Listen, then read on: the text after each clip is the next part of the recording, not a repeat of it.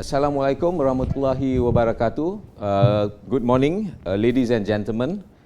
Welcome to the virtual Selangor Halal International Conference 2020. This is held in conjunction with Selangor International Business Summit 2020. This year we're going to have it, as you can see, virtually because of the obvious reason, because of the pandemic.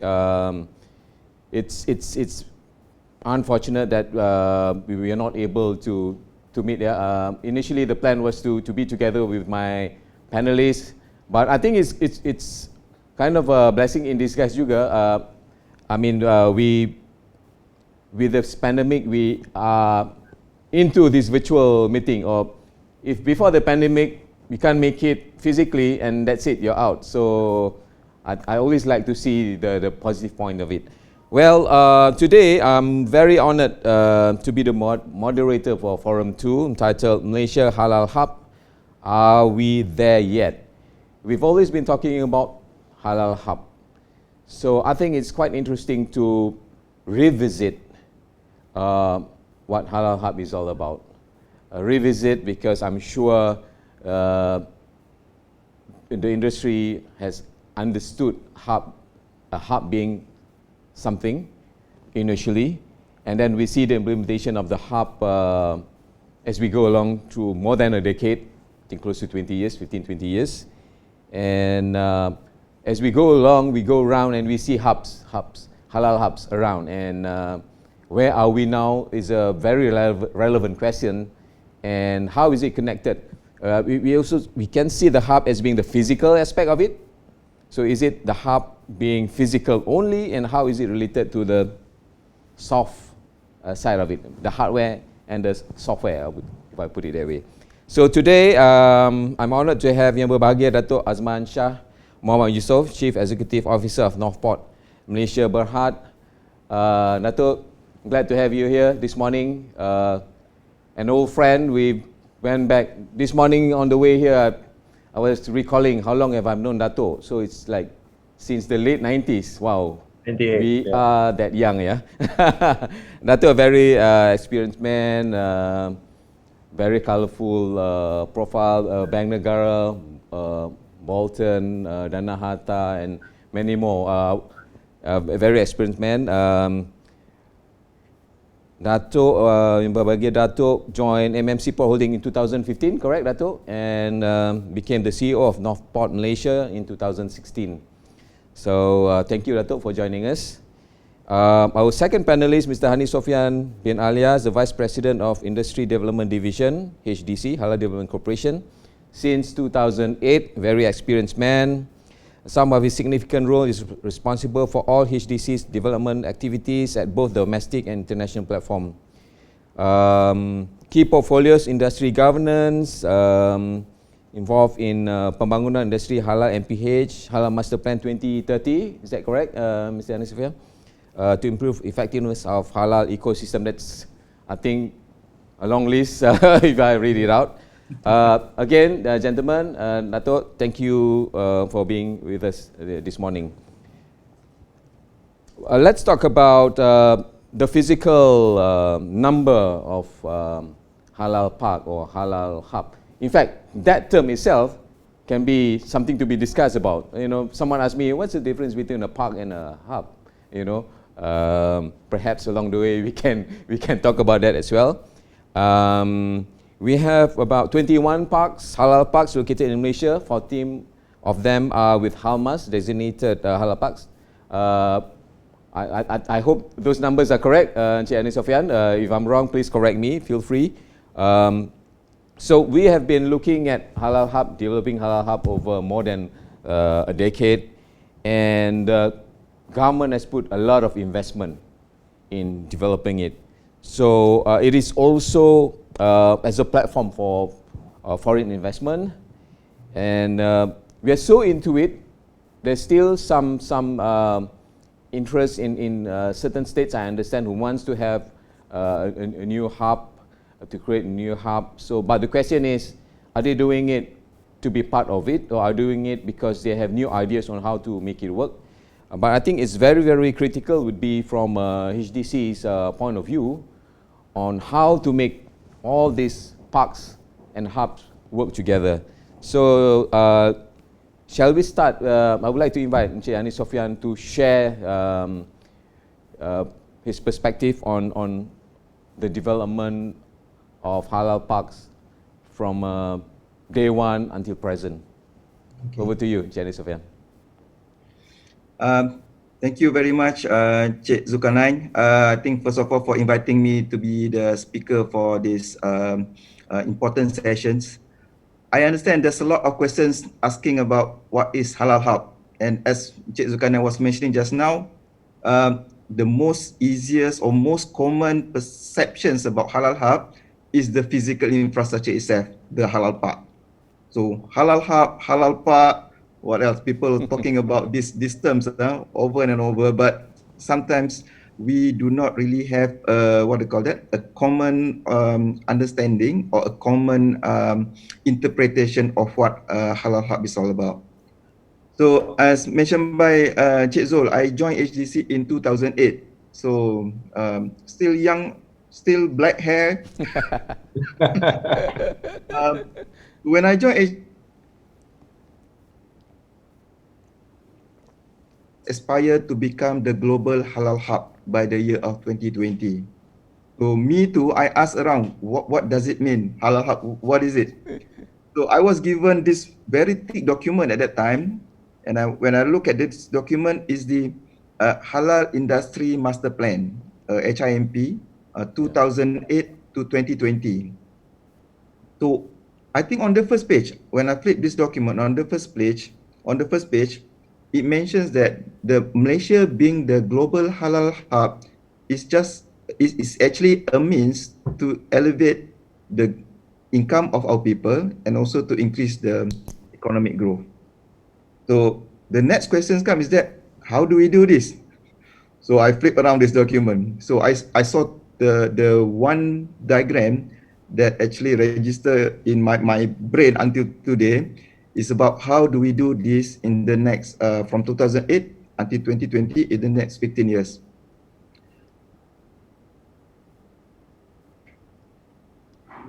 Going to be the global halal hub by the year of 2020, which is this year.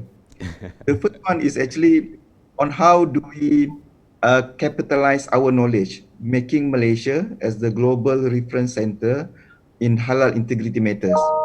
We know that we have started this halal journey more than 40 years ago. So we have a lot of knowledge, we have a lot of skilled workers and informations that can be utilized to capture the economics opportunity that has been mentioned all over the place.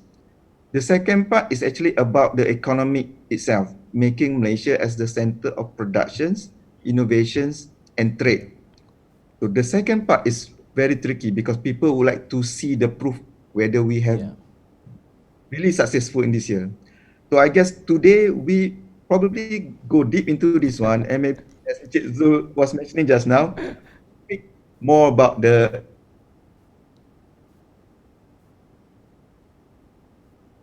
if I may continue a bit more on halal parks, yes, Cik Zulkarnain was right. We have about 22 halal parks all over in Malaysia. So halal parks refers to a specific area, it's an industrial area that has been complied to the halal requirements, both for productions and other services. And out of the 22, we HDC have accredited 14 halal parks to be designated as Halmas halal parks. Why do we need to do this? Because one of the key issues when we started the halal parks initiative is how do we get people to come in? What is the what do you call that? The carrot to get the people to actually come and invest in these halal parks. So at that time there were no incentives. There's no specific incentives for halal, and at the HDC, I think JAKIM, our what do you call that? IRB and the Ministry of Finance, we have actually come out with what we call as halal incentive. Yep. This halal incentive is entitled to those companies who come and invest in the specific halal parks, the 14 halal parks, or what we mentioned as the 14 Halmas designated halal parks. And the incentives, I would say, is one of the best, not just in the country, but in this region. For example, it offers up to 10 years zero tax for qualified companies producing halal promoted products. So 14 halal parks, if we look at where we are today in terms of investments, we have, I think, achieved accumulated numbers of about 16 billion worth of investment in the 14 halal parks. Because some people also ask HDC, your halal park, where's your halal park? In Bandar Utama? That is our office. So halal parks, the 14 halal parks, is actually, we have it in Selangor, we have it in Johor, Penang, and different parts of what do you call that? Malaysia, including Sabah and Sarawak. So I guess maybe that is the starting point from our discussion today. Maybe we focus more on the halal park itself. Thank you, Encik Hanisofian. Good insight. Initial, touching point on the issues of Halal Hub. Dato, can you share with us your view on the same topic of my opening remarks just now on Halal Hub, as well as perhaps you want to give your opinion or comments on what was elaborated and explained by Encik Hanisofian. Over to you, Dato. Okay, thanks. Bismillahirrahmanirrahim. Assalamualaikum warahmatullahi wabarakatuh. Good morning. Again, very appreciative of the opportunity to speak at Selangor International Halal Conference. I think I've been doing this for the last 3 years, basically. So I do not want to sound like a broken record. Those who are the regular attendees. Thank you for your support, Dato. But I will share with you later an update on what we've done at Northport. But to contribute to the discussion on Halal Hub, basically, I've always looked at it as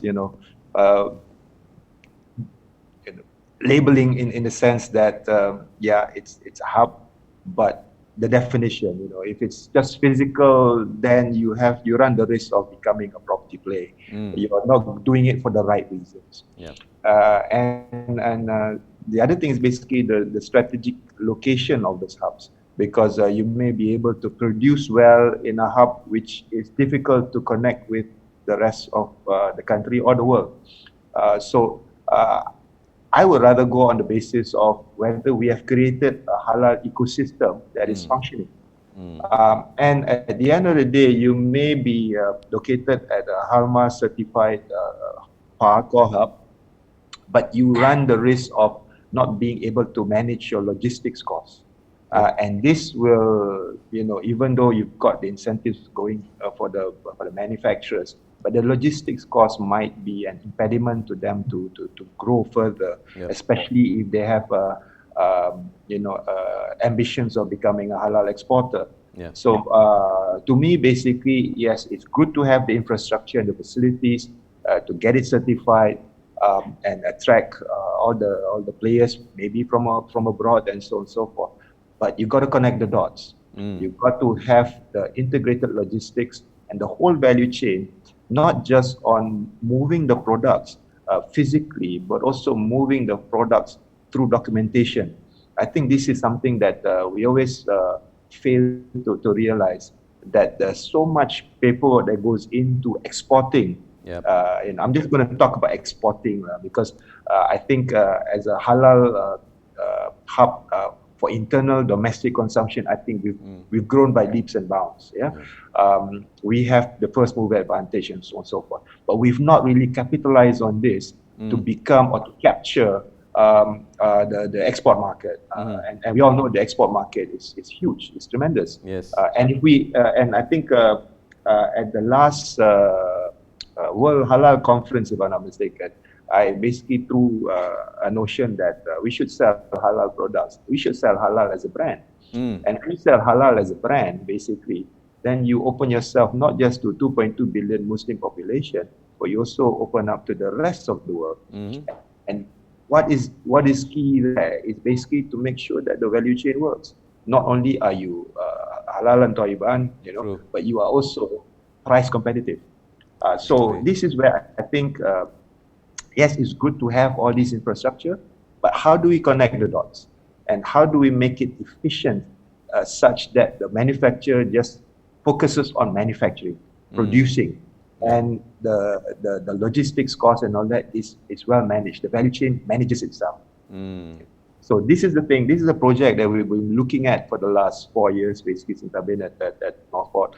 And we've had some experiments, which I'll share with you later. But again, my take on Halal Hub is that we shouldn't be too focused on the physical aspect of it. We should be focused on what is around it. We should be focused on the ecosystem itself. If the hub is fantastic, first class, but if the manufacturer is losing money on logistics costs, especially when you talk about the exporting, and if there is issues with regards to the whole value chain, then I think we may have, it may be a bit of a case of a stunted growth now, basically. We could do a lot more, I think, if we all work together, get all these things integrated instead of being silo, and make it happen. So later on, I'll share with you, not talk about hub in itself, but a value chain, meaning the hub as an ecosystem, that creates value. Sure, Dato. Thank you. I just want to go back, still with you, Dato.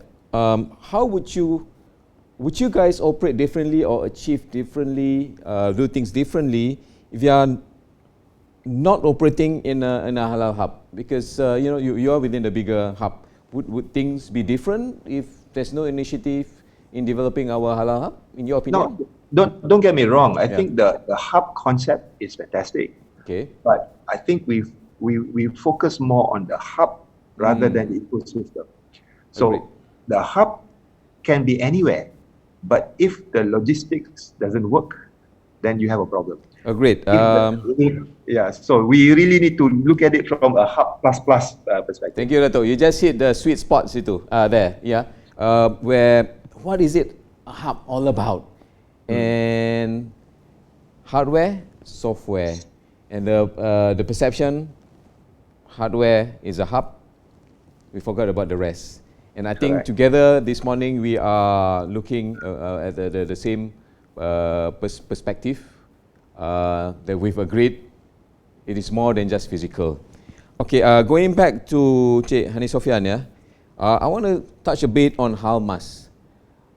How successful has Halmas been in promoting, in attracting players and investment? Because a simple rule of thumb, incentive would attract, tax holiday and whatnot. Yes, you're able to attract, but attracting is not the end game. The attracting is the beginning. People come to a hub, to a park, and they are supposed to be the engine to the halal economy by doing what they do best, their business. Has that been successful, or is it just, I'm just saying here, it's just good enough to attract players to come and buy land and perhaps develop on it for future expansion 5 years down the road? I'm sure Halmas has got a certain guidelines, perhaps very, very briefly taking from that angle, Cik Hanisofian.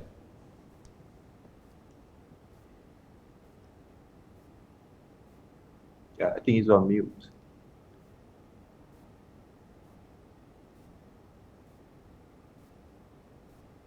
I think he's on mute. Cik Hanisofian? Okay, sorry. It's all right. Okay. Yeah. Though I was saying that Yeah. probably today I need to speak more about the halal parks. Yeah. But I actually agree with Dato Azman statement just now that Malaysia as halal hub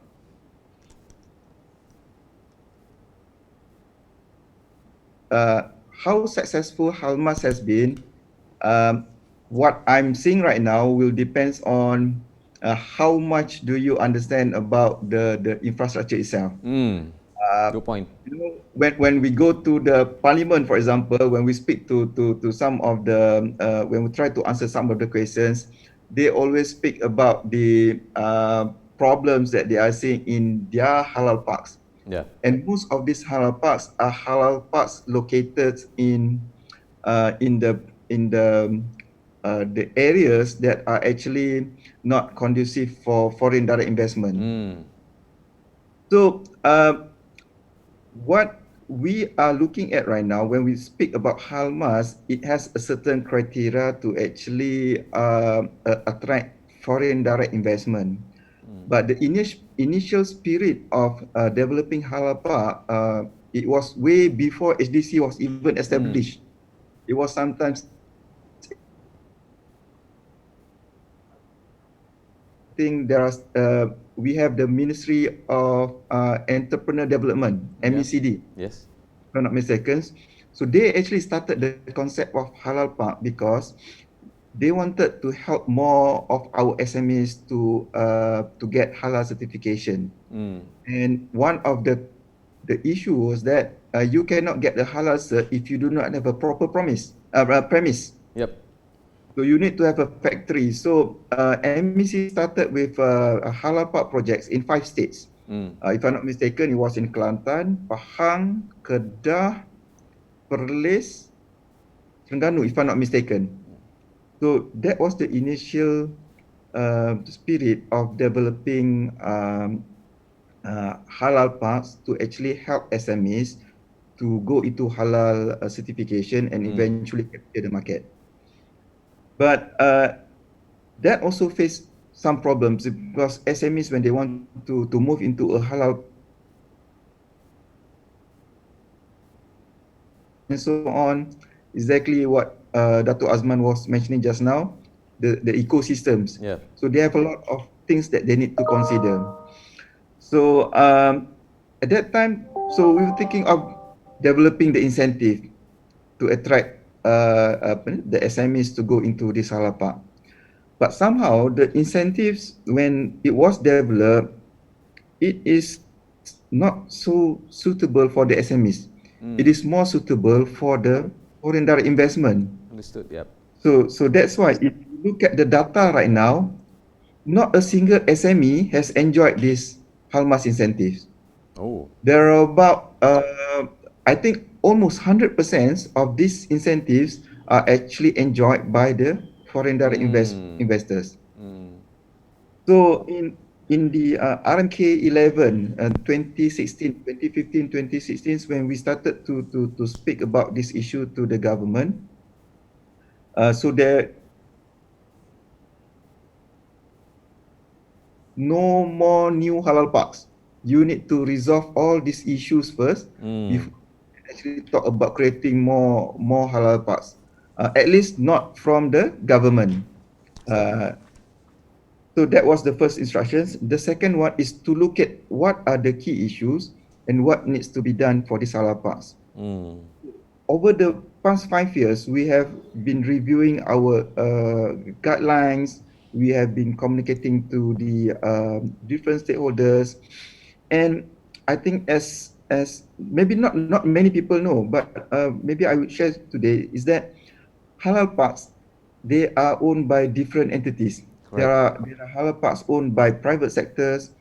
There are the first 5 was actually funded by the government, so we can call it as the federal government halal parks, the 5 halal parks. But then, for example, we have also state halal parks. Take Selangor, for example. If you go to Pulau Indah, you have a state government halal park.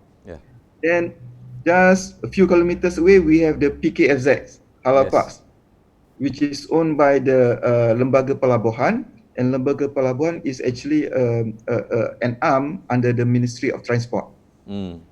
So we have a Ministry of Transport, we have the state of Selangor. In Johor, we have Iskandar Halal Park. So that is a private owned by UEM, if I'm not mistaken. I'm not sure myself. Yeah.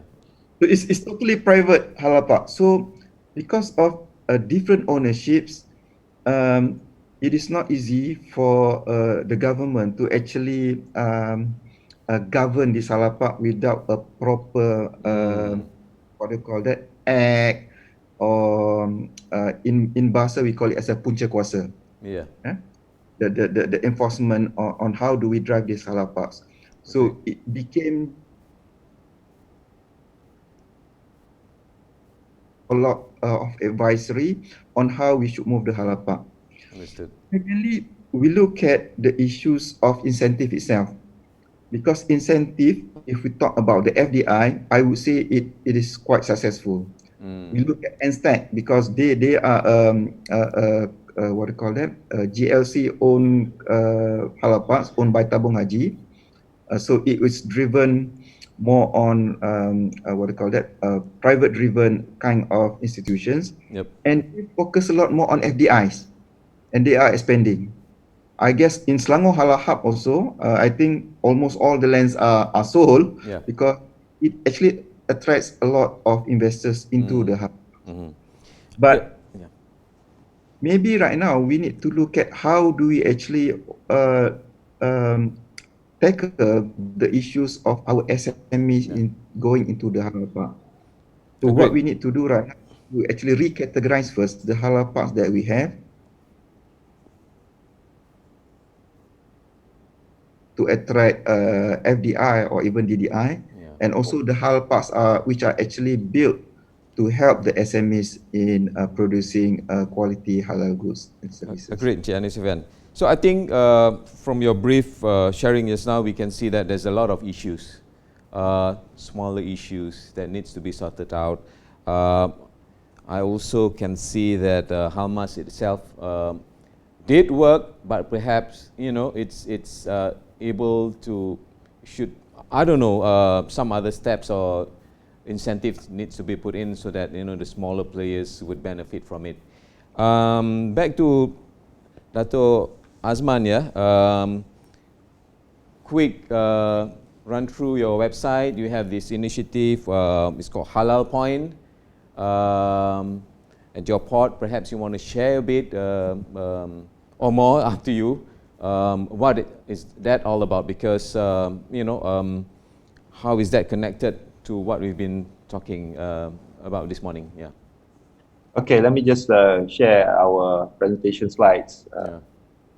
Let me see whether we can get this to work. Right. Okay, can you see the slides? Okay. Yeah. So I have taken a more liberal approach in defining what is hub. Because our other activities at the port, basically, or our initiatives at the port, is actually to try and move away cargo from other hubs into Malaysia, so that Malaysia can be a regional distribution hub for certain products. So in my mind, basically, the whole country can be a hub for something else, for some products. So what is more important actually is how the hub functions, and we need to understand the value chain from the manufacturer to the consumer. How do we make the products move? We can have the best halal certified product that you can ever find, but if you are not price competitive, or if there are issues with regards to logistics, we will have this how should I say, inability to fulfill our promise. Because I think Malaysia is actually the rightful what do you call it, carrier of the title Global Halal Hub, because we had the first mover advantage with the JAKIM certification. We have first class incentives for FDI. We've got a very good entrepreneurial population, SMEs. Actually, the products is very, very good. It's just that we need to move from point A to point B. So the hubs, the physical infrastructure is there, the incentives is there, but like you pointed out, Zul, is basically the hardware and the software needs to, 1+1 must equals to 5 kind of scenario. So I want to share with you what we've done the last time I spoke at the Selangor International Halal Conference. We created or were in the process of creating a Malaysia-Japan halal value chain. And we signed an MOU with a couple of companies basically in February 2019, if I'm not mistaken. And it took us a couple of months to get the thing going. And our first maiden voyage was actually in November. We took part in Expo. I think we had about six SMEs being able to participate in the Expo, and the products move through the value chain. So let me just share with you what I mean by that. Of course, I'm gonna skip all the headline figures because this should come from HDC. I won't preempt him basically. But I'll go to slide number 3, which is basically the exporters issues. I think I'm taking it more from the perspective of the exporters. Sure. Because correct me if I'm wrong, but I think Malaysian halal exports is controlled predominantly by MNCs, and I think the chekias of the halal industry is a very small percentage. So I think this is something that we need to work on, so that we can generate more economic activity. So there'll be a slide on the solution and what the future holds, and then I'll talk about what we are doing right now with our partners. Okay, I'll skip this. I think everybody knows these figures: 2.2 billion Muslim population and where the concentration is. The purchasing power of 1.1 trillion by 2030. I'm sure these figures are outdated.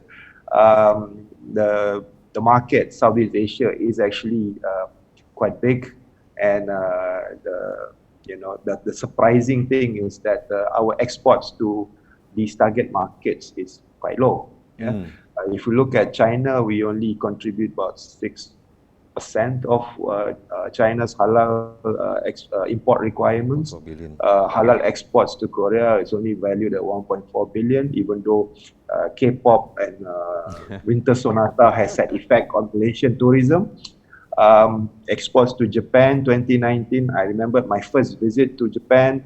I talked about halal and toiban and all that, and then they looked at me and said, "You saying Japan products not clean?"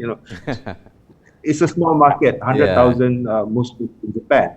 But what we needed to do basically was to sell halal as a brand, so to speak. So we've done quite well there. So this is basically the lay of the land. And then we examine what do we have in our favor. I mean, number one, and you can't compete with this. JAKIM certification is worldwide accepted.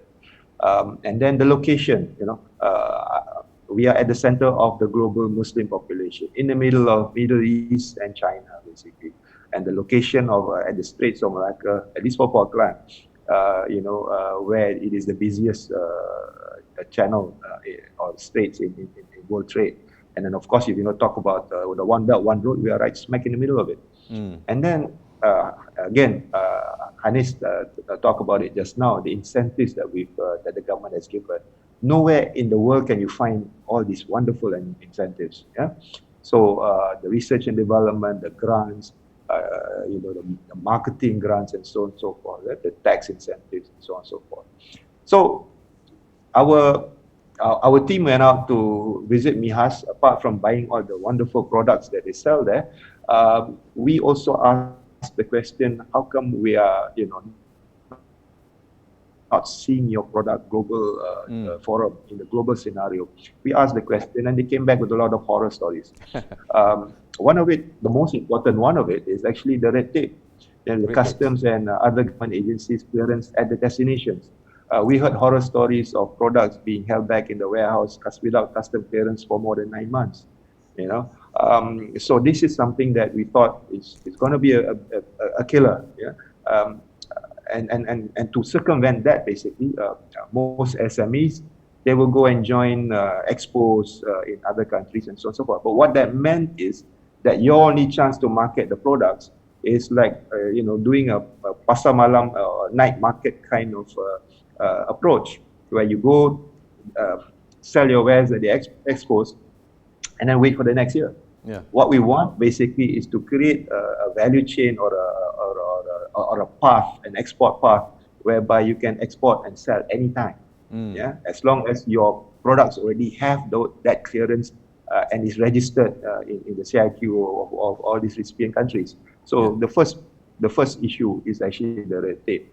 The second issue is lack of familiarity with the export markets. Obviously, we scored big on durians with China. Yeah. But you try selling durians to Japan, I think you will not have the same success unless they develop different taste buds. So what works? What works in which markets? Yeah? And maybe this product is suitable for Malaysian consumption, but you may need to reduce the salt or whatever for Japan. These kind of things we need to know, and this is where sometimes that's why if you have the value chain and partners across borders, basically, then you'll be able to further define and refine your products so that you can hit the export markets. Next, ineffective marketing approach. I've always shudder when people talk about okay, we've created we're selling things in Japan, we've created a halal section in the supermarket for this product. To me, basically, if people are not cognizant of halal, they don't know what it is, then only the Muslims will go to that particular counter or shelf. For me, basically, if we can put the halal products in the same row as the global accepted products, I think we've scored big there. And with the right marketing approach, then they'll know, then the consumer will be able to discern that, you've got this product which is global standard, blah, blah, blah. But then you have one which is of equal standard, but with the halal logo on it. So the customer then says, okay, I'm going to grab the halal one. I think when that day comes, I think we've done our halal export is a success. Yes. Lack of price competitiveness is actually partially on the production cost, but more likely, I think at least about 30% of it is actually on logistics costs. So if we can actually make the Malaysian halal exports more price competitive, I think, we'll be able to get a better market share. And again, the form versus substance. I think if we just sell halal products on the basis of religion versus the actual substance of it, the traceability aspect, the purity and the cleanliness, I think we get more traction. This is where I think I'll repeat myself from last year. We should sell halal as a brand. Because the what do you call it, the traits, the characteristics of a halal product is actually far superior from any other product that is made. And of course, difficult to get financial support. I know, and Hanis just verified it, that it is difficult for SMEs to get those kind of support that maybe FDIs can get easier. So this is something we really need to work on. So what we did, I can't see this the slide here, but what we did was to, let me see, the logistics issues. That's the last, because my screen, I can't see the slide there. So the logistics issues is not resolved, and this is the key component. So we came up with a solution. We said, let's focus on the value chain approach. So in the case of Japan, basically, we said we had to educate them, the partners that we had, the halal certification that is numero uno in the world. And then we talked about free zone facilities, certain ports. Basically, when you want to talk about distribution, if you have a free zone, just like in Pulau Indah, where you have PKFZ, and also the Selangor Industrial Park, the location is quite close to each other. It makes all the more sense. Yeah? And then, of course, if we can actually portray ourselves to be the distribution hub to the world, and this hub basically is not just physical, it is actually software and hardware. So the systems are in place, the ecosystem is in place, and we can connect the dots from Malaysia, so we can reach out to the rest of the world.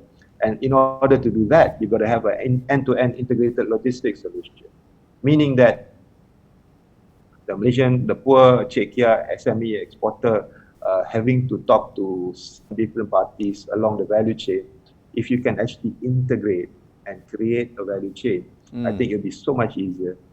The SMEs just focus on manufacturing to the best of their ability. The logistics costs, all those things are optimized by participating in the value chain. And then the negative stigma. We also thought about, you know, the stigma of halal trade. You know, we've got a lot of Islamophobics out there in the world. So maybe it's time to, you know, look at the substance of it as opposed to the form. Halal products are for the rest of the world. It's good for the rest of the world. Because you can actually have traceability. And of course, on operating cost transparency, I think this ties in with the whole value chain.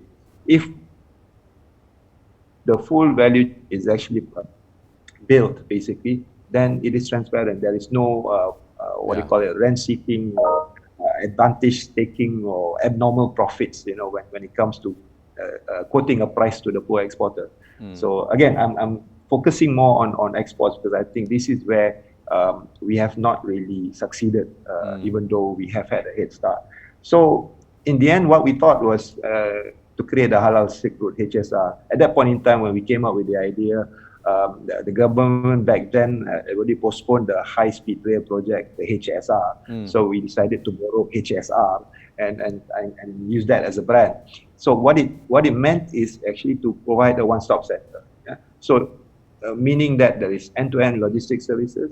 There's also integrated halal value-added services, meaning that each partner of the value chain is actually halal certified. And then the killer to the exporter is actually the documentation process.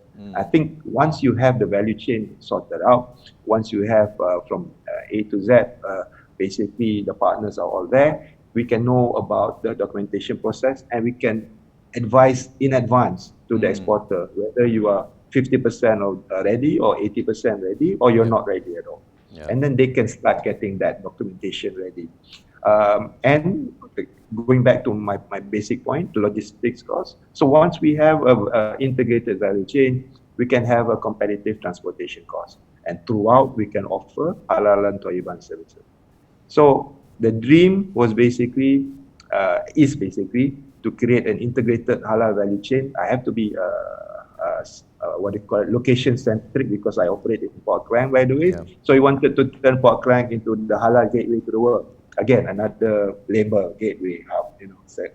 But what it means is that not only are we exporting, but we can also be importing for distribution, or as Hanis has successfully done at HDC, create an infrastructure where the FDI can come in and they can ride on our status as a halal hub and produce goods which they would never be able to do before with the halal certification and exporting to the rest of the world.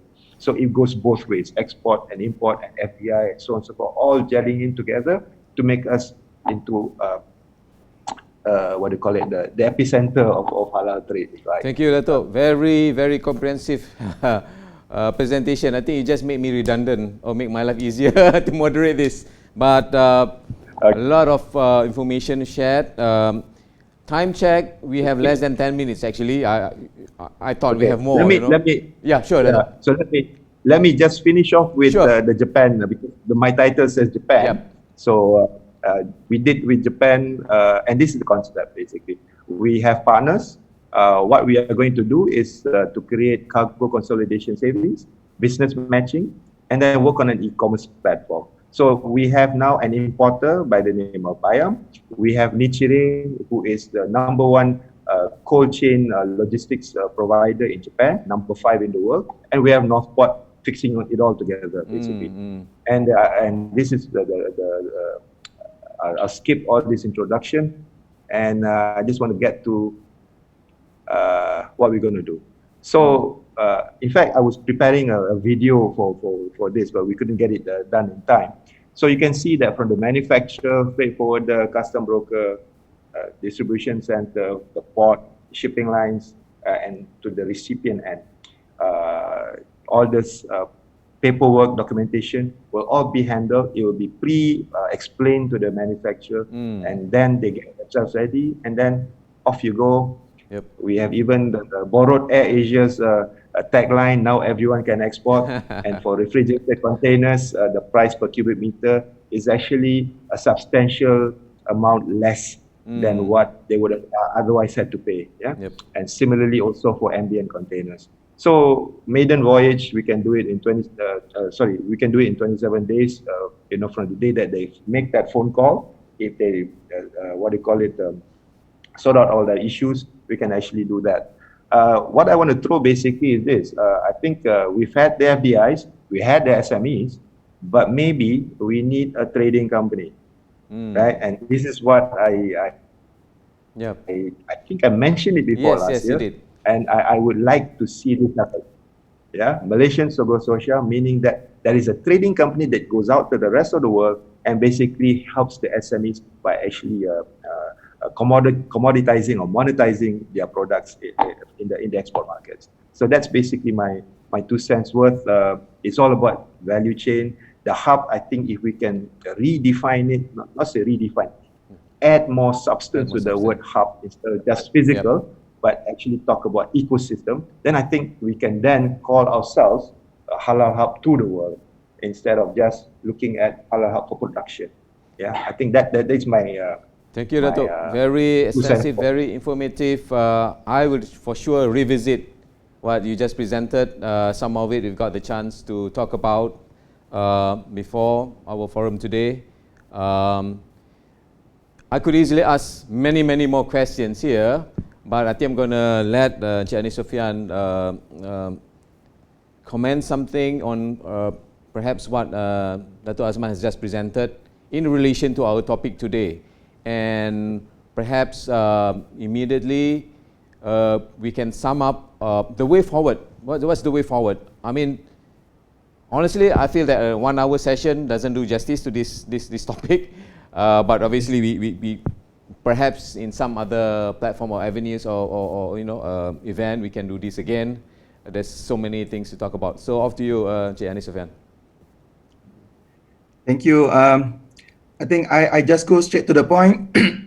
I think the first thing when we talk about halal hub, we have to agree that this is not just about the physical industrial halal park. It's about the ecosystem. And I think as proven, what Dato' Azman mentioned just now, there's a lot of initiatives going on to actually improve the Talk about ecosystem, it should bring us somewhere. It should bring us to actually improve our socio-economy of the country. And this can be measured through our trade, our investment, our employment, and last but not to forget the integrity part. Because halal is all about integrity. So this is very important. So in the ecosystems right now, what we are seeing, there's a lot of initiatives, there's a lot of key stakeholders. It's a good thing because I think when we started this journey sometime 2008, 2006, many years ago, we moved together only, maybe it's just HDC and JAKIM. Now we have HDC, we have JAKIM, we have the ministries coming together and to build Malaysia as the global halal hub. So we need to have a proper coordinations, to have a proper platform, so that we HDC under the new management aspire to do is to actually provide an effective platform so that all the stakeholders in the halal industry ecosystems can work together to achieve the socio-economy. And specifically to some of these initiatives, of course, there are challenges. And I think one of the key highlights that I would like to mention here is that HDC is now the secretariat of the Malaysia Halal Council. So having said that, whatever issues or whatever challenges or opportunities that we have discussed, we need to have the right platform to channel this. Yes. I think some of the issues that we mentioned during these sessions is not something new. It is an True. issue Very many, true. many years ago. But Yeah. the question is that why is it still there? Why it has not Yeah. has it solved? So I think this is one of the things that we need to look at, and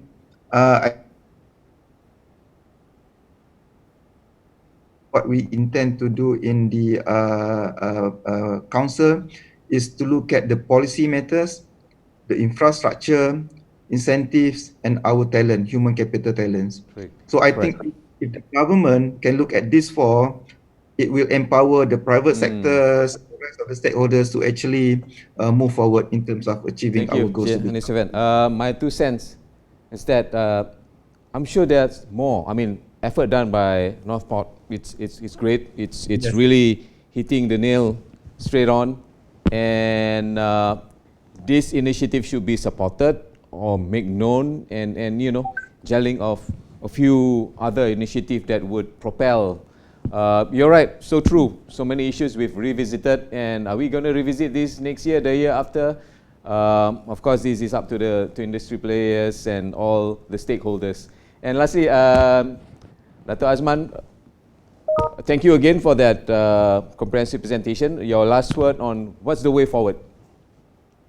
Well, I'm really looking forward to the industry coming together, private and public sector, and revisiting the value chain, looking at the ecosystem, and making every step of the way in the value chain, without any gaps.